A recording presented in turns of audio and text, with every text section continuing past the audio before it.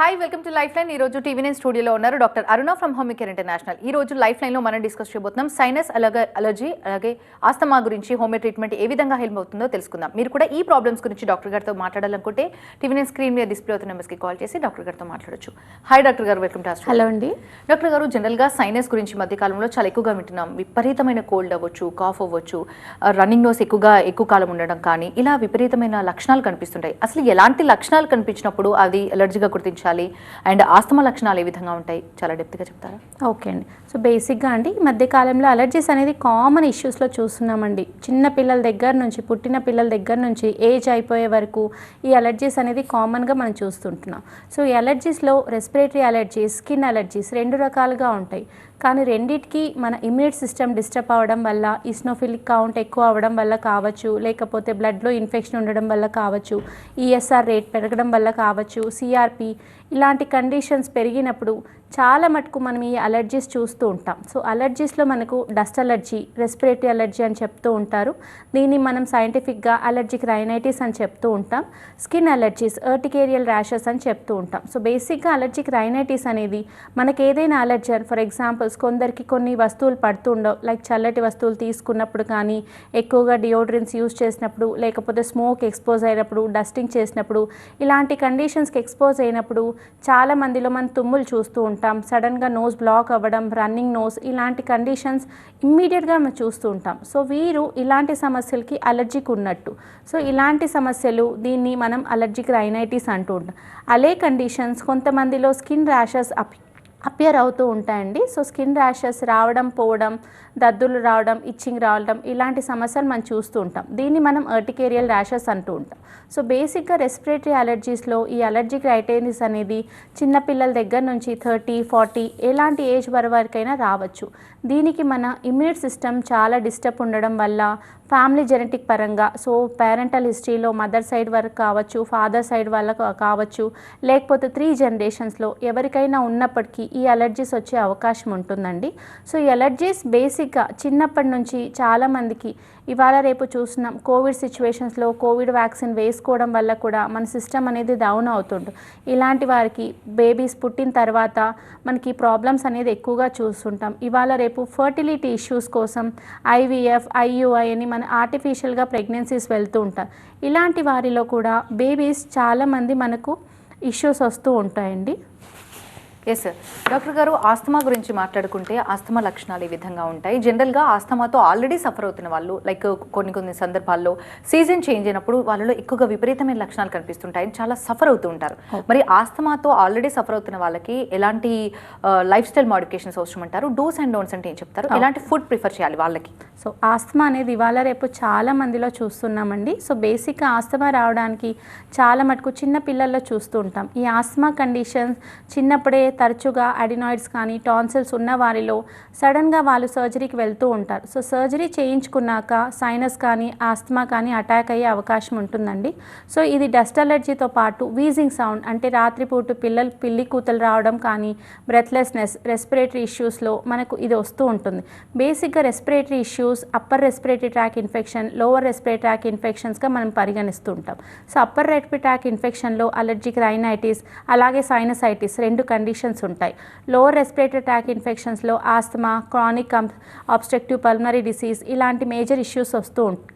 చిన్నప్పుడు మనం అడినాయిడ్స్, టాన్సిల్స్తో బాధపడుతూ ఫ్రీక్వెంట్గా యాంటీబయాటిక్స్ యూజ్ చేయడం, ఎక్కువగా అలోపతి మెడిసిన్స్ యూజ్ చేయడం వల్ల, లేకపోతే సడన్గా ప్రాబ్లం ఎక్కువ అవుతూ ఉందని సర్జరీస్ చేయించుకోవడం వల్ల ఫ్యూచర్ వాళ్ళు టీన్స్కి వచ్చినప్పుడు, 30స్కి వచ్చినప్పుడు ఆస్థమాటిక్ అటాక్స్ వచ్చే అవకాశం ఉంటుంది.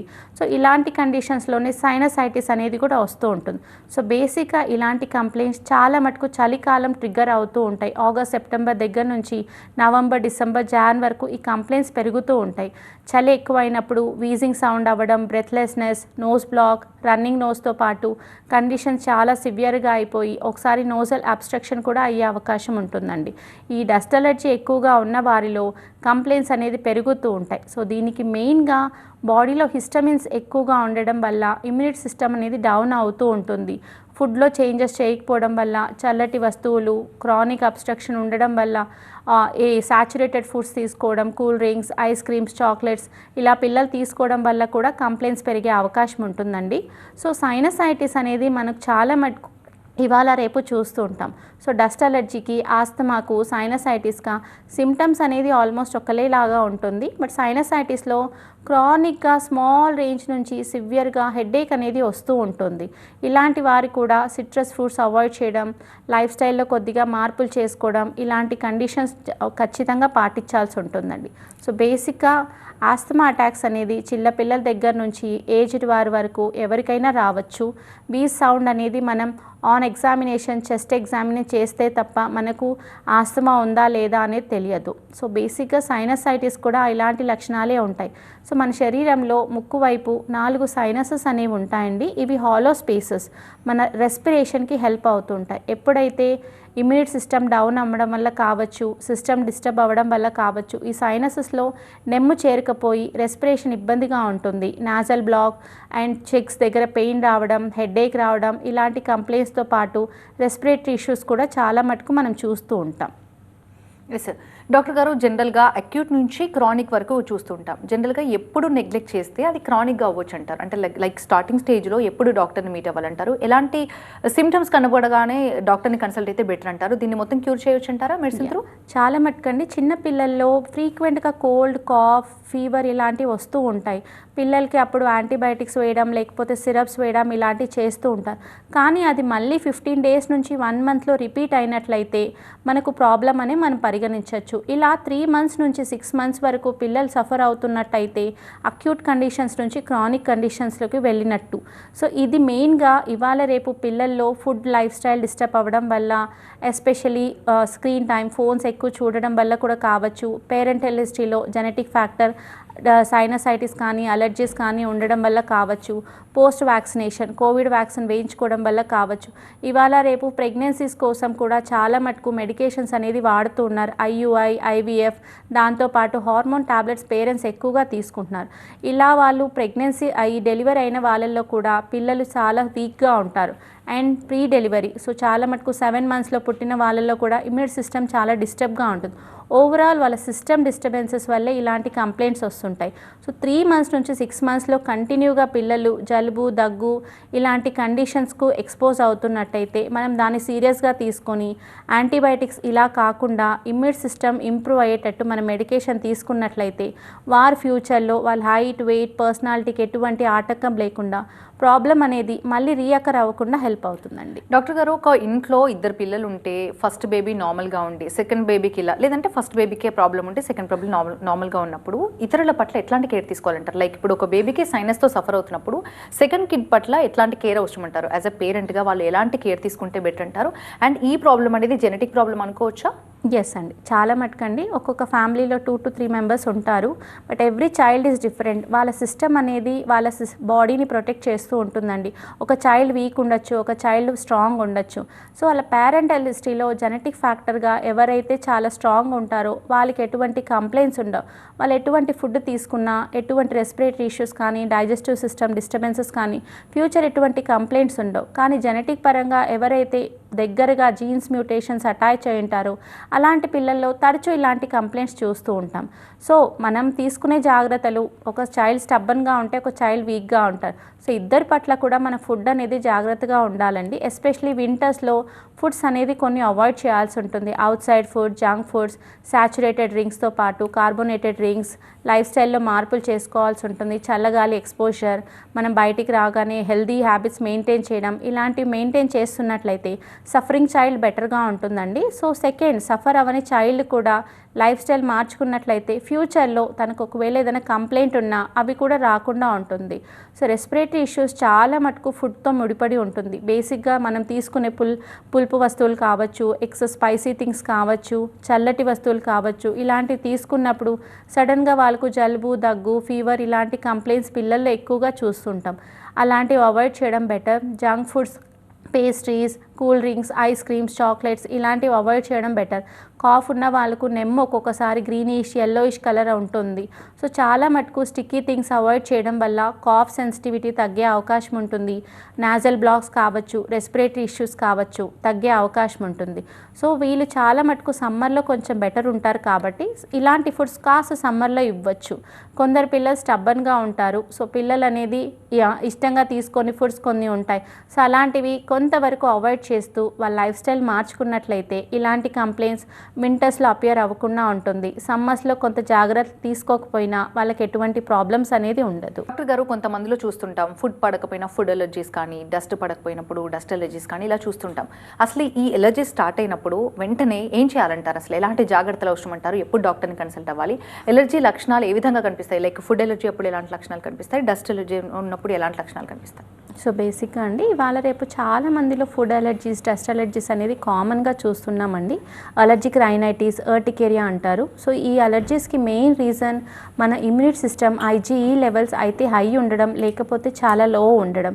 చాలా మటుకి డస్ట్ ఎక్స్పోజ్ అయినప్పుడు, డస్టింగ్ చేస్తున్నప్పుడు, లేకపోతే స్మోక్ ఎక్స్పోజర్, డియోడ్రెన్స్, పోప్ దినుసుల ఎక్స్పోజర్ ఇలాంటివి అయినప్పుడు వాళ్ళకు సడన్గా తుమ్ములు రావడం, జలుబు రావడం, నోస్ బ్లాక్ అవ్వడం, కాఫ్ సిమ్టమ్స్ ఇలాంటివి మనం చూస్తూ ఉంటాం. సో దీనికి వాళ్ళు హోమ్ రెమెడీస్ ఫాలో అవ్వడం, లేకపోతే దానికి ఎక్స్పోజర్ తగ్గించడం ఇలాంటివి చేస్తూ సమస్యను అనేది అణచివేస్తూ ఉంటారు. ఇది 3 months నుంచి 6 months వరకు అక్యూట్ అలర్జిక్ రైనైటిస్ అంటూ ఉంటారు. దీనికి మనం హోమ్ రెమెడీస్ ఫాలో అయినప్పటికీ సమస్య తగ్గుతూ ఉంటుంది, కానీ పోను సమస్య పెరుగుతూ ఉంటుంది. సడన్గా వాళ్ళు ఎక్స్పోజ్ అయినప్పటికీ ప్రాబ్లం అనేది మళ్ళీ రీఅక్కర్ అవుతూ ఉంటుంది. సో లైఫ్ టైం అలాంటి సిచ్యువేషన్ అవాయిడ్ చేయలేరు కాబట్టి దానికి తగ్గట్టు ప్రాపర్గా మన సిస్టమ్ని ఇంప్రూవ్ చేసుకున్నట్లయితే ఫ్యూచర్ ఈ ప్రాబ్లం అనేది రికవర్ అవుతూ ఉండదు. ఈ అలర్జిక్ రైనైటిస్ అనేది కామన్గా మనం మిడిల్ ఏజ్ పీపుల్లో ఎక్కువగా చూస్తుంటామండి. 18 నుంచి 35 మేల్ కావచ్చు, ఫీమేల్ కావచ్చు, ఇలాంటి వాళ్ళు ఎక్కువగా చూస్తుంటాం. చిన్నతనంలో వాళ్ళకు అడినాయిడ్స్ ఉన్నా, లేకపోతే టాన్సిల్స్ ఉన్నా, పోస్ట్ ఆపరేషన్ అయ్యి ఉన్నా, లేకపోతే సమస్య అప్పటికి సప్రెస్ అయ్యి ఉండి ఇలాంటి కండిషన్స్ 18+ నుంచి 35-40 ఏజ్ వాళ్ళలో చూస్తూ ఉంటామండి. సో ఈ ఎర్టికేరియల్ ర్యాషెస్ కూడా ఇలానే. సో కొంతమంది ఫుడ్ నాన్ వెజ్ పడకపోవడం, లేకపోతే హిస్టమిన్స్, వంకాయ, గోంగూర ఇలాంటి వస్తువులు తీసుకున్నప్పుడు సడన్గా వాళ్ళకు అయితే రైనైటిస్ కంప్లైంట్, లేకపోతే స్కిన్ మీద దద్దులు రావడం, ర్యాషెస్ రావడం, లేకపోతే బీహైవ్స్ లాగా స్వెల్లింగ్ రావడం ఇలాంటి కండిషన్స్ మనం ఎక్కువగా చూస్తుంటాం. దీన్ని మనం మెడికల్ ఫామ్లో ఎర్టికేరియా అని అంటాం. సో డస్ట్ అలర్జీకి అయినా, స్కిన్ అలర్జీకి అయినా బేసిక్గా వాళ్ళ IgE లెవెల్స్ ఎక్కువ అవడం, బాడీలో హిస్టమిన్స్ అనేది ఎక్కువగా ఉండడం వల్ల ఈ ప్రాబ్లం అనేది రీఅపియర్ అవుతూ ఉంటుంది. సో మన ఆటో ఇమ్యూన్ సిస్టమ్ డిస్టర్బ్ అవ్వడం వల్లే ఇలాంటి సమస్యలు ఎక్కువగా చూస్తూ ఉంటామండి. సో ఈ స్కిన్ అలర్జీస్ ఉన్న వాళ్ళు ఆ ఫుడ్స్ అనేది అవాయిడ్ చేస్తూ ఉంటారు. సో అవాయిడ్ చేసినంత వరకు వాళ్ళకి ప్రాబ్లం అనేది మళ్ళీ రిపీట్ అవ్వదు, కానీ లైఫ్లో ఎప్పుడో ఒకసారి వాళ్ళ ఫుడ్ తీసుకుంటారు కాబట్టి మళ్ళీ సమస్య అనేది మళ్ళీ వాళ్ళకు రిపీట్ అవుతూ ఉంటుంది. అలా కాకుండా మన సిస్టమ్ని ఇంప్రూవ్ చేసుకుంటూ రైనైటిస్ కంప్లైంట్ ఆర్ ఎర్టికేరియల్ ప్రాబ్లమ్ని రీఅపియర్ అవ్వకుండా మన స్కిన్ నుంచి మన బాడీకి వెళ్ళి తీసేసినట్లయితే ప్రాబ్లం అనేది ఎప్పటికీ రిపీట్ అవుతూ ఉండదండి. సో ప్రాబ్లం వచ్చినప్పుడు యాంటీహిస్టమిన్స్, ఎవిల్, ఎలెగ్రా, సిట్రజిన్ ఇలాంటి టాబ్లెట్స్ వేస్తూ ఉంటారు, సమస్యను అణచివేస్తూ ఉంటారు. సో ఇలా వేసుకోవడం వల్ల ప్రాబ్లం అప్పటికి తగ్గుతుంది, కానీ మళ్ళీ రిపీట్ అయ్యే అవకాశం ఉంటుంది. అలా కాకుండా మనం యూస్ చేసే మెడిసిన్స్ మనకు అప్పటికి తగ్గకపోయినా ఫ్యూచర్ ఎప్పుడు రీఅపియర్ అవ్వకుండా ఉండాలి కాబట్టి మన మోడ్ ఆఫ్ మెడికేషన్ మనం చేంజ్ చేసుకోవాల్సి ఉంటుందండి. లైఫ్ స్టైల్ మోడిఫికేషన్స్తో పాటు స్ట్రెస్ లెవెల్స్ బ్యాలెన్స్ చేసుకోవడం, ప్రాపర్ స్లీప్, ఫుడ్లో చేంజెస్ చేసుకోవడం, వాకింగ్, ఎక్సర్సైజ్, యోగా ఇలాంటివి మెయింటైన్ చేసుకుంటూ మనం ప్రాపర్ వేలో మెడికేషన్ తీసుకుంటే ఖచ్చితంగా ఈ అలర్జీస్ అనేవి మన బాడీ నుంచి కంప్లీట్గా డిసపియర్ అయ్యే అవకాశం ఉంటుంది.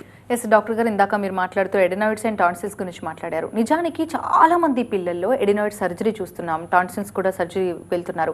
నిజానికి హోమికేర్ ఇంటర్నేషనల్లో సర్జరీకి వెళ్లకుండా ఉండి నార్మల్గా తగ్గించుకోవచ్చు అంటారా? అండ్ ఎలాంటి కేసెస్లో సర్జరీకి వెళ్ళాల్సి వస్తుందంటారు డాక్టర్? ఓకే, సో బేసిక్గా అండి చాలా మందిలో తెలిసి కొందరికి, తెలియక కొందరికి అడినాయిడ్స్ అండ్ టాన్సిల్స్ అనేది మనం చూస్తూ ఉంటాం. చిన్న పిల్లల్లో ముక్కులో నుంచి బ్లీడింగ్ రావడం అనేది కామన్గా చూస్తుంటాం. చాలామంది తల్లిదండ్రులు అది బాడీ హీట్ అవ్వడం వల్ల వస్తుంది అని అనుకుంటుంటారు, కానీ నోస్ బ్లీడ్ అవ్వడం, అడినాయిడ్స్ ఉంటేనే ఖచ్చితంగా నోస్ బ్లీడ్ అవుతూ ఉంటుందండి. వాళ్ళు పారానేసల్ స్కైనస్ ఎక్స్రే చేయించుకున్నట్లయితే అడినాయిడ్స్ ఉన్నాయా లేదా ఖచ్చితంగా తెలుస్తుంది. ఇవాళ రేపు పిల్లలు ప్రాపర్ ఫుడ్ తీసుకోకపోవడం వల్ల, మనం తీసుకున్న ఫుడ్లోనే అడల్ట్రేషన్, పొల్యూషన్ ఎక్కువ ఉండడం వల్ల పిల్లల ఎదుగుదల అనేది చాలా డిస్టర్బ్గా అవుతుంటుంది. ఇలాంటి వాళ్ళు రెస్పిరేటరీ ఇష్యూస్గా మనకు యాడినాయిడ్స్ అండ్ టాన్సిల్స్ డెవలప్ అవుతూ ఉంటాయండి. సో మేజర్గా 3+ ఏజ్ నుంచి 8 to 10 మామూలుగా అయితే 12 years వరకు ఈ యాడినాయిడ్స్ టాన్సిల్స్ అనేది కనిపిస్తూ ఉంటుంది. సో పిల్లల్లో ఫ్రీక్వెంట్గా 15 days నుంచి 20 days లోపు జలుబు రావడం, దగ్గు, నాజల్ బ్లాక్స్, రెస్పిరేటరీ ఇష్యూస్ ఇలాంటి కంప్లైంట్స్ చూస్తూ ఉంటాం. ఒక్కొక్కసారి ముక్కులో నుంచి బ్లీడింగ్ రావడం ఇలాంటి కంప్లైంట్స్ చూస్తూ ఉంటాం. సో అప్పటికి మనం యాంటీబయాటిక్స్ తీసుకోవడం కంప్లైంట్ అనేది సప్రెస్ చేస్తూ ఉంటారండి. కానీ గ్రోత్, యాడినాయిడ్స్ గ్రోత్ కావచ్చు, టాన్సిల్స్ గ్రోత్ కావచ్చు, మనకు పెరుగుతూనే ఉంటుంది. So fever, complaints of nose block ఇలాంటివి తగ్గాయి, కానీ ఆ బ్రెత్లెస్నెస్ ప్రాబ్లం అనేది లోపల కంటిన్యూ అవుతూనే ఉంటుందండి. సో మనకు యాడినాయిడ్స్ కానీ టాన్సిల్స్ కానీ గ్రేడింగ్ ప్రకారంగా ఉంటుంది. గ్రేడ్ 1, గ్రేడ్ 2లో ఉన్నప్పుడైతే అది ఖచ్చితంగా కంజెషన్, బ్లీడింగ్ కానీ, కంజెషన్ అవ్వడం కానీ, పెయిన్ ఇలాంటివి కంప్లీట్గా మనం హోమియోపతి మెడికేషన్తో రెడ్యూస్ చేసుకోవచ్చండి. చాలా మటుకు యాడినాయిడ్స్ 4th గ్రేడ్లో ఉన్నవారు వస్తూ ఉంటారు.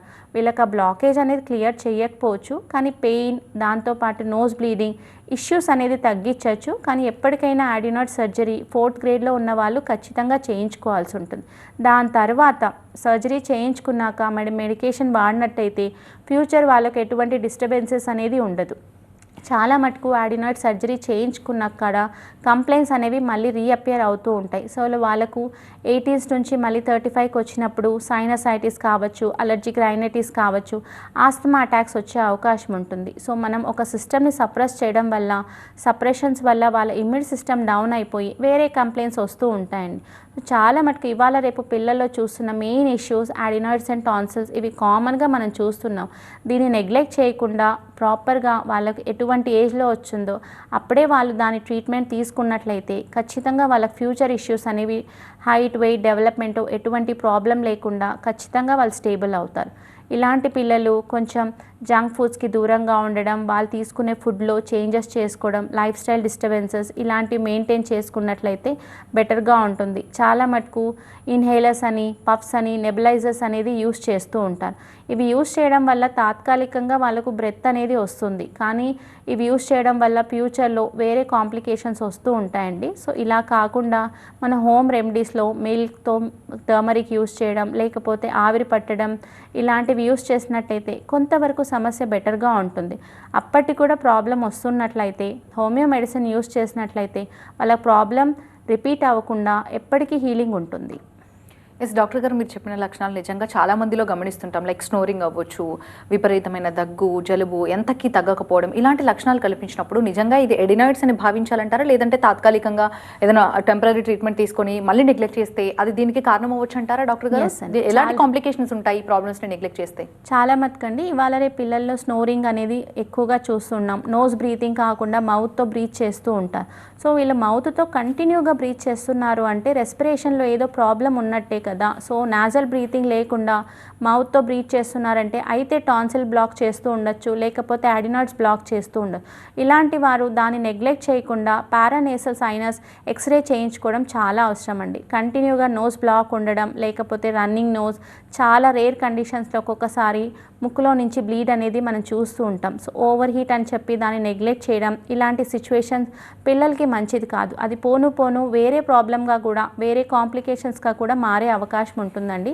సో తల్లిదండ్రులు ఖచ్చితంగా దీన్ని మనం గుర్తించి ఖచ్చితంగా వాళ్ళు ఈఎన్టీ డాక్టర్ దగ్గర వెళ్ళి దీనికి పరిష్కారం ఏంటి, కొన్ని బ్లడ్ టెస్ట్లు ఉంటాయి, ఇలాంటివి చేయించుకున్నట్లయితే ఫ్యూచర్ కాంప్లికేషన్స్ అవాయిడ్ చేసే అవకాశం ఉంటుంది. డాక్టర్ గారు, ఫుడ్ అలర్జీతో సఫర్ అవుతున్న వాళ్ళు ఎలాంటి ఫుడ్ అవాయిడ్ చేయాలంటారు అండ్ ఎలాంటి ఫుడ్ తీసుకుంటే మంచిదంటారు? బికాస్ ఎక్కువగా ఇమ్యూనిటీ పవర్ లేని వాళ్ళలోనే ఎక్కువ ఫుడ్ ఇన్ఫెక్షన్స్ కానీ ఏ ఇన్ఫెక్షన్ అయినా సరే ఇమ్యూనిటీ పవర్ తక్కువ ఉన్న వాళ్ళు చూస్తుంటాం. ఇమ్యూనిటీ పవర్ బిల్డ్ చేసుకోవాలంటే పేరెంట్స్ పిల్లల పట్ల ఎట్లాంటి కేర్ తీసుకోవాలి, ఎలాంటి ఫుడ్ వాళ్ళకి పెడితే మంచిదంటారు? ఎస్ అండి, చాలా మంది అండి ఫుడ్ అలర్జీస్కి మెయిన్గా కొన్ని బ్లడ్ టెస్ట్లు ఉంటాయి. కంప్లీట్ బ్లడ్ పిక్చర్స్లో ప్లేట్లెట్ కౌంట్స్ ఒకటి, ల్యూకోసైట్స్ అంటే వైట్ బ్లడ్ సెల్స్ ఎంత ఉన్నాయనేది చాలా ఇంపార్టెంట్. దీంతో పాటు ఈఎస్ఆర్, సిఆర్పి అండ్ ఈస్నోఫిలియా కౌంట్స్ ఇవి కొద్దిగా ఎక్కువ ఉన్నట్లయితే వాళ్ళ ఇమ్యూన్ సిస్టమ్ డౌన్ ఉన్నట్టే. సో ఇమ్యూన్ సిస్టమ్ డౌన్ ఉన్నప్పుడు చాలామంది కొన్ని వస్తువులు తీసుకున్నప్పుడు వాళ్ళకి చాలా ఇబ్బందికరంగా ఉంటుంది.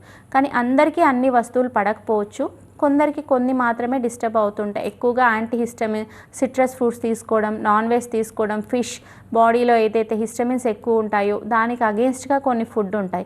ఇలాంటివి తీసుకోవడం వల్ల వాళ్ళకు స్కిన్ సెన్సిటివిటీ పెరిగి ఇచ్చింగ్ రావచ్చు, ర్యాషెస్ రావచ్చు, స్కిన్ ఎరప్షన్స్ అండ్ డ్రైనెస్ పెరుగుతూ ఉంటుందండి. సో ఇలాంటి వారు ఆ ఫుడ్ అవాయిడ్ చేస్తే వాళ్ళకి ఎటువంటి ప్రాబ్లం లేకుండా ఉంటుంది. కానీ లైఫ్ స్టైల్ అవాయిడ్ చేయలేరు కాబట్టి దానికి తగ్గట్టుగా ఇమ్యూన్ సిస్టమ్ బిల్డ్ చేసుకున్నట్లయితే కొంతవరకు బెటర్ ఉంటుంది. చాలా మటుకు ఫుడ్ అలర్జీస్ స్ట్రెస్ తోటి ఉంటుంది. నైట్ షిఫ్ట్ చేసే వాళ్ళు ఎక్కువగా స్ట్రెస్ తీసుకోవడం వల్ల స్లీప్ డిస్టర్బెన్స్ అవుతూ ఉంటుంది కాబట్టి ఇలాంటి వాళ్ళు ఎక్కువగా చూస్తూ ఉంటాం. సో వాళ్ళ లైఫ్ స్టైల్ని మేనేజ్ చేసుకుంటూ లైఫ్ స్టైల్ని మెయింటైన్ చేసుకున్నట్లయితే కొంతవరకు బెటర్ ఉంటుంది. Walking, yoga or exercises, meditation ఇలాంటివి చేసిన కొంతవరకు లైఫ్ స్టైల్లో చేంజెస్ ఉంటుంది. హై ఫైబర్ డైట్ తీసుకోవడం చాలా బెటర్ అండి. వెజ్ కండిషన్స్ ఎక్కువ తీసుకుంటూ లాక్సేటివ్స్ తీసుకున్నట్లయితే వాళ్ళ లైఫ్ స్టైల్లో కూడా బెటర్గా ఉంటుంది. ఫ్రూట్స్ ఎక్కువ తీసుకోవడం చాలా బెటర్ అండి. ఫ్రూట్లో electrolytes, calcium, potassium, magnesium, salts, minerals ఉంటాయి కాబట్టి ఫుడ్ అలర్జీస్కి అగేన్స్ట్గా ఇవి వర్క్ చేస్తూ ఉంటాయి.